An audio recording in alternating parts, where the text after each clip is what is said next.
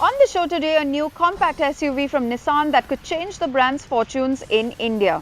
And we bring you a detailed review of the new generation Mahindra Thar on-road as well as off-road.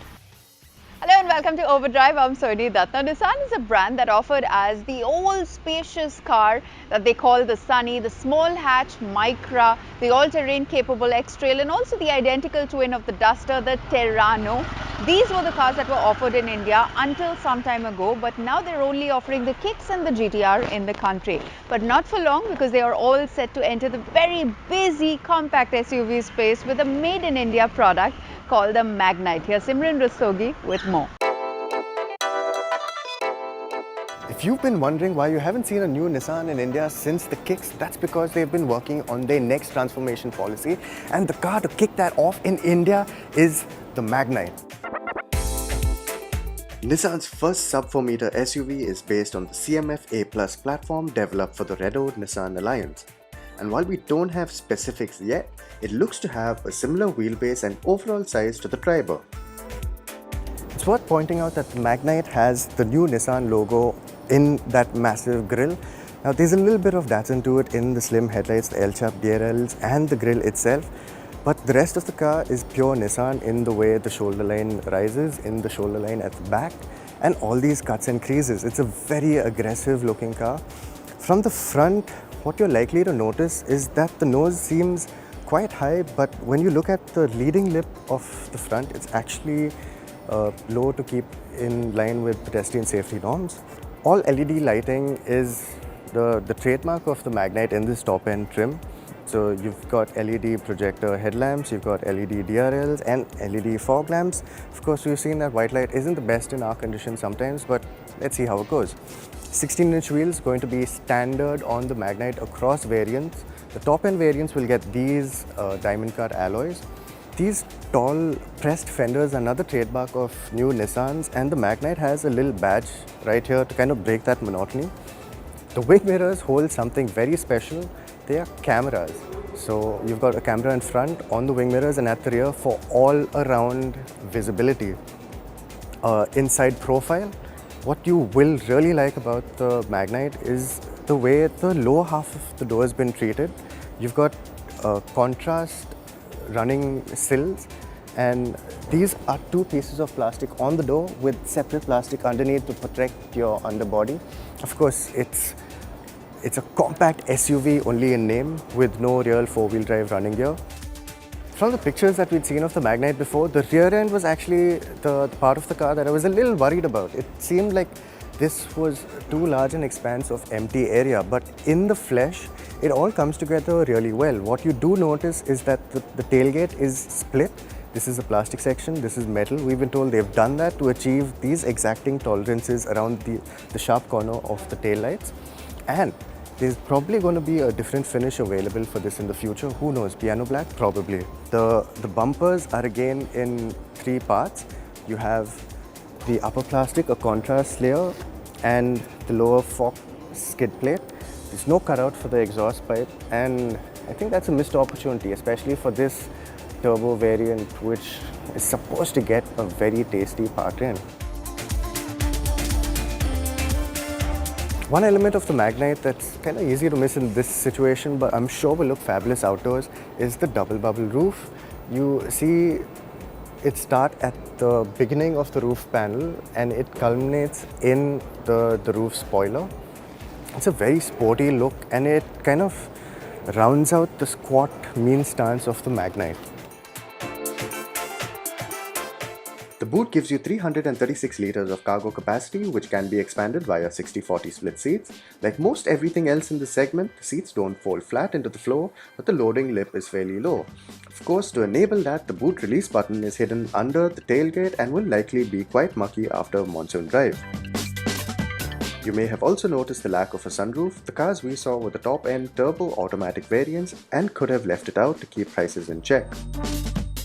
We also don't have engine specifics yet, but the HRA0 1-litre turbo petrol 3-cylinder motor makes 100 PS and between 152 to 160 Nm of torque in other applications. While these cars are equipped with a CVT, a 5-speed manual will also likely be available. Lower-end variants will also likely get the naturally aspirated 1-litre engine making 72 PS and 96 Newton meters of torque. The positive impressions about the Magnite's interior start from the moment you close the door because it shuts with a very reassuring thud. The next thing that you're going to notice about the Magnite's interior is the nice mix of textured surfaces and materials used around the cabin. There's not a lot of soft touch materials, but then everything looks quite premium and actually feels quite premium to the touch. Now, getting into a driving position isn't too difficult. The steering adjusts for a rake, your seat adjusts for height and obviously angle of recline. And it's a very nice view out. The air vents are all in the same plane at the top of the dashboard, which means that it's taking a shorter path for the cool air from the climate control to reach you. Large 8-inch central touchscreen. I'll get to the highlight of it in a bit, but bear with me. There's also a very nice 7-inch instrumentation with very, very slick graphics. These are the likes of which we haven't seen really in this segment or even above it. They're colorful, they're sharp, and they give you all the information that you could possibly need all on the same screen. Very intuitive layout for the center stack. You have your phone wireless charging here with a separate power button in case you don't want to keep your phone charged all the time, but you do want a place to keep it. You have storage below that, which is a slightly deeper cubby hole for your toll receipts, your wallet, stuff like that. There's a charging point down there.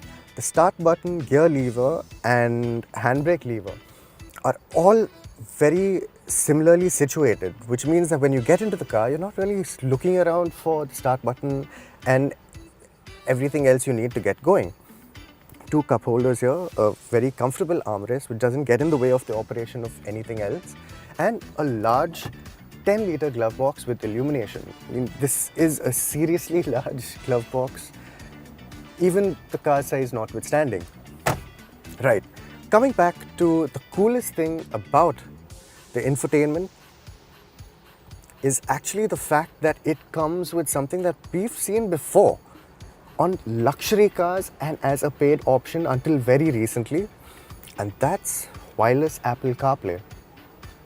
Of course, you get wireless Android Auto as well, which means that if you don't want to plug in your phone and have it charging all the time, especially if you're on a long road trip, but you still want to use your smartphone integration, you could. Leave it on the charging pad, put the charging pad off, and you are good to go. Coming back to the actual comfort of the car, the seats are very comfortable. There is a good amount of under-thigh support that you can actually see with the way that the squab actually comes forward. There's a lot of headroom. And there's another term that Nissan throws around called the couple distance, which is essentially the width inside the cabin. Despite the class-leading 205 millimeters of ground clearance, climbing into the rear of the Magnite is again a very simple task. Nissan engineers have made sure that the door aperture is wide, which makes climbing in, even for taller people, a relatively breezy affair.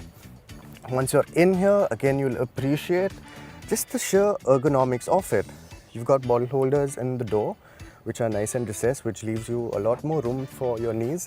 Now, I'm just a shade under 6 foot, I'm 5'11", and I have plenty of space. They claim class-leading knee room, and I have no reason not to believe them. There's also a ton of headroom. You'll notice that all of this space is through actually pretty clever engineering. So you see these seats are scalloped out. The door pads itself seem like they've been scooped out, and so is the roof liner. Cup holders in the central armrest and a place to put your phone. There is a charging point down there, rear AC vents, and a choice of very nice upholstery. Finally, the Magnite is set to be launched within the financial year, which could mean anything really. A late 2020 or early 2021 launch is most likely. If you can believe it, Nissan is aiming for a starting price around Rs 5 lakh. As for its competition, it'll be lucrative to anyone looking for a compact SUV as well as hatchback customers at those prices. Well, the Magnite is expected to go on sale early next year, possibly by Jan 2021, and only time will tell whether this offering can actually change the brand's fortunes in India. On that note, let's take a quick break here on the show. Coming up on the other side, we'll get you a full detailed review on how the new generation Thar performs on road.